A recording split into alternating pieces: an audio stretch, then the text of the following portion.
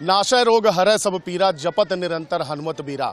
ऐसे पराक्रमी हनुमंत लाल की जयंती है और ऐसे में प्रयागराज के त्रिवेणी संगम के किनारे हनुमान जी का ये लेटा हुआ जो मंदिर है, यहाँ पर दर्शन करने का जो लाभ है उसका अपना अलग ही प्रताप है।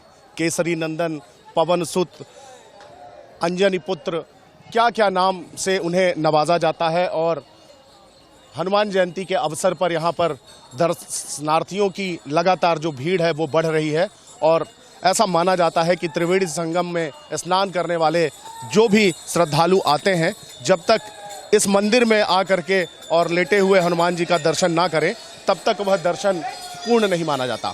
मंदिर के बारे में बहुत सी बातें कही जाती हैं और यहाँ पर भक्तों का जो है वो तांता लग रहा है। यहाँ पर सभी तैयारियां हो चुकी हैं और उनका श्रृंगार चल रहा है और इसके लिए दर्शनार्थियों की, भक्तों की जो भीड़ है वो इंतज़ार कर रही है कि कब मंदिर के पट खुलेंगे और वो बजरंगबली के दर्शन करेंगे। तो आइए ले चलते हैं आपको लेटे हुए हनुमान मंदिर और दर्शन कराते हैं।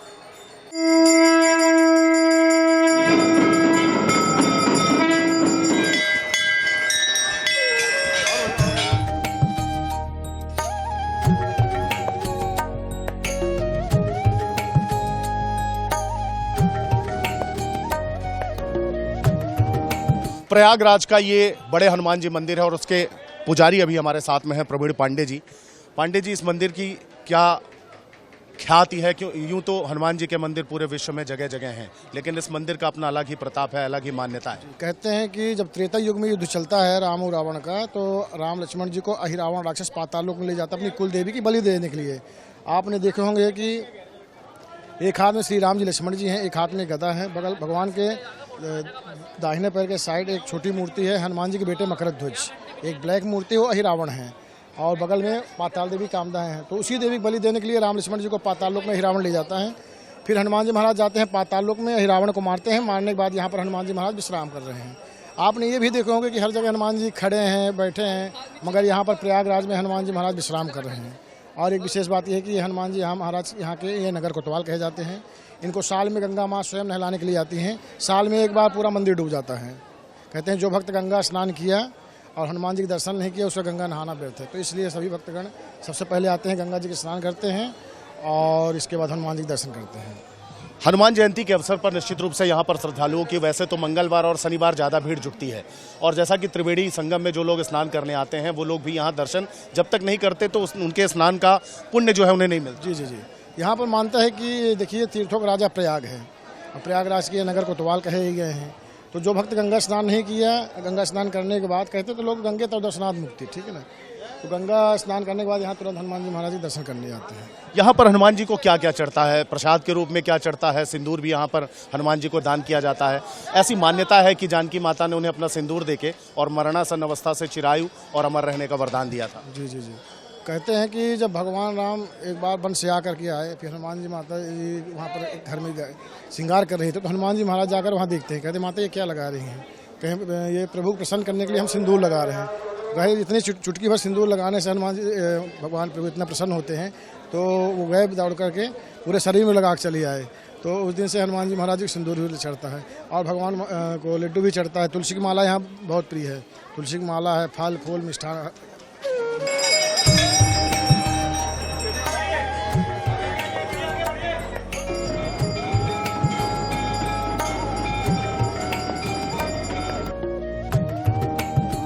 आप दर्शन करके निकल रहे हैं, कैसा लगता है जब यहाँ दर्शन करके? मैं पहली बार आया हूँ, बहुत अच्छा लगा। कहाँ से आए हैं? डिफरेंट है। कहाँ से आए हैं? मैं पंजाब से आया हूँ, पटियाला से। पंजाब से दर्शन करने आए? बिल्कुल। गंगा स्नान भी किया आपने? नहीं जाना है। अच्छा, गंगा स्नान। हाँ। पर ऐसा कहा जाता है कि गंगा स्नान करने के बाद इनका दर्शन करने का जो लाभ और पुण्य है वो अलग ही होता है। हाँ बिल्कुल, बहुत सुना है, बहुत ज्यादा अच्छा। पंजाब से आई हैं आप? कहाँ से? पंजाब में। आप भी पंजाब से आए हो?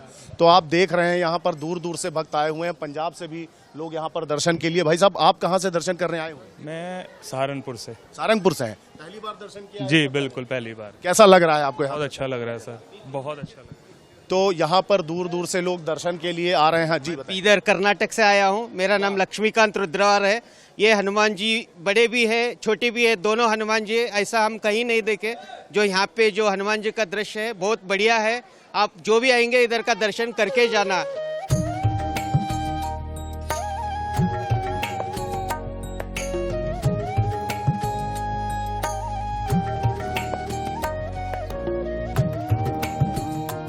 हमारे साथ में बलवीर जी महाराज जी हैं।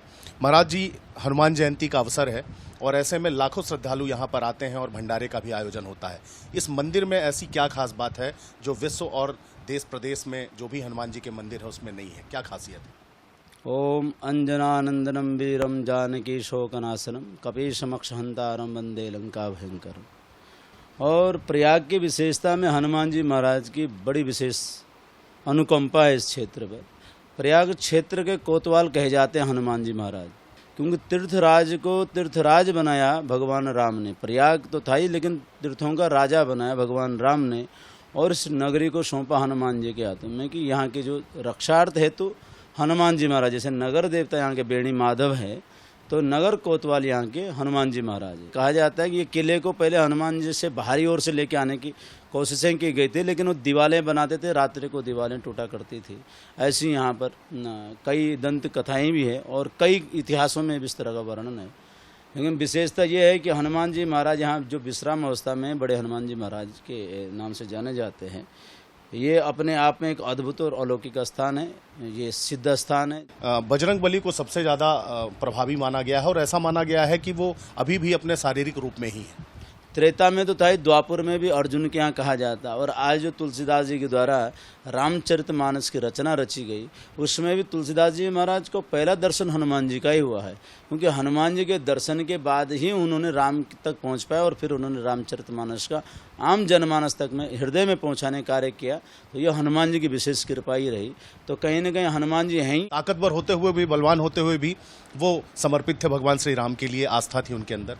तो क्या संदेश देना चाहिए? देखिए, संदेश है कि अगर आप जितने बड़े हो सकते हैं बड़े होइए, लेकिन बड़ा होना सरल है, लेकिन छोटा होना बड़ा कठिन है, क्योंकि हम बड़े तो हो जाते हैं लेकिन हम छोटा नहीं हो पाते हैं। हनुमान जी महाराज का व्यक्तित्व, उनका चरित्र चित्रण ऐसा है हमारे सामने कि कैसा बड़े होके भी कितने सूक्ष्मता से आप रह सकते हो। हनुमान जी महाराज इतने बलवान होके जो समुद्र को लांघ सकते हैं, न जाने कितने राक्षसों को मारते हैं, लेकिन रास्ते में देखिए वो कैसे रूप को अपना धारण करते, कब विकराल होना है, कहाँ शांति से बैठना, हर तरीके का चरित्र हमें दर्शाता है। गगन भूधा आकार शरीरा, हनुमान जी महाराज का शरीर तो इतना भयंकर है कि तीनों लोकों में न समाया जाए, लेकिन वहाँ इतने सूक्ष्म रूप में माता जानकी के पास में प्रकट होते हैं। उनको देख के माता जानकी कहते हैं कि पुत्र अगर तुम्हारे जैसे सब हैं तो फिर श्रीलंका के इन राक्षसों को देते हो कौन विनाश कर सकता है। जब हनुमान जी महाराज रूप धारण करते, माता जान कहते हैं कि पुत्र मैं समझ गई। तो आप बड़े होना बहुत आसान है, लेकिन छोटा होना बड़ा कठिन है। ये सहज भाव के लिए, भक्ति भाव के लिए शक्ति होने के बाद भी आप कितने करुणाकार हो सकते हैं, कैसे आप सेवाएं कर सकते, माता पिता गुरु बांधव सबके प्रति कैसे समर्पित रह सकते। एक मित्र के देखिए आप सुग्रीव के साथ, एक विभीषण राक्षस रावण के यहाँ रह के किस तरीके से राम जी की भक्ति का उन्हें ज्ञान दिया, कैसे उस ओर बढ़ाया, ये हमें हनुमान जी महाराज का चरित्र दर्शाता है।